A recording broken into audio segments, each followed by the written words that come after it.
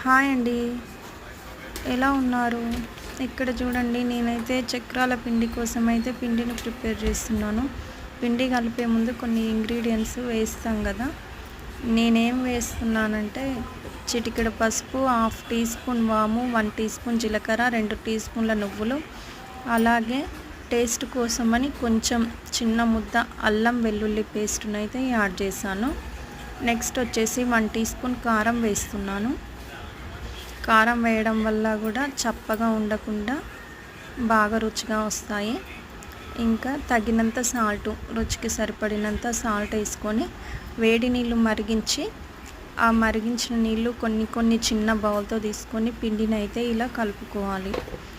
ఈ పిండిని అయితే సాఫ్ట్గా కలుపుకోవాలి. అలాంటప్పుడే మనకు మురుకులు అనేటివి క్రిస్పీగా సాఫ్ట్గా వస్తాయి, చాలా స్మూత్గా ఉంటాయండి ఇలా చేస్తే. కూల్ వాటర్ వేస్తే అయితే అంత ఏం బాగుండదు టేస్ట్ కూడా. అందుకని వేడి నీళ్ళతో చేస్తాను ఎప్పుడు చేసినా కానీ.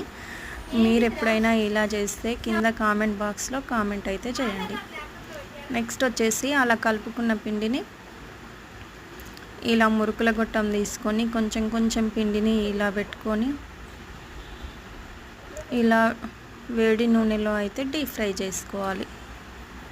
చూడండి, దాని తర్వాత ఒకటి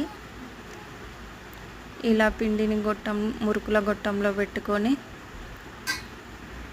ఇక్కడ చూపిస్తున్నాను కదా, ఈ విధంగా అయితే ఒకదాని తర్వాత ఒకటి పిండి అయిపోయేంత వరకు ఇలానే ఈ ప్రాసెస్నే కంటిన్యూ చేయాలి.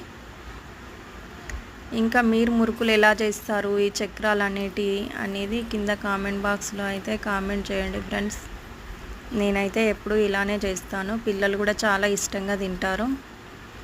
చూడండి, ఇంతే, వెరీ సింపుల్ ప్రాసెస్ అండి. కాకపోతే పిండి కలపడం చాలామందికి రాదు కదా. అలాంటప్పుడు వేడి నీళ్ళు వేసి పిండిని కలిపితే మాత్రం ఈ పని అయితే ఎంత ఈజీ అవుతుందో. ఈ రోజటి వీడియో అయితే ఇంతేనండి. ఈ వీడియో నచ్చితే లైక్ చేయండి, షేర్ చేయండి, సపోర్ట్ చేయండి ఫ్రెండ్స్. ఓకేనా? బాయ్. మళ్ళీ ఇంకో మంచి వీడియోతో మళ్ళీ కలుద్దాం ఫ్రెండ్స్. అంతవరకు బాయ్.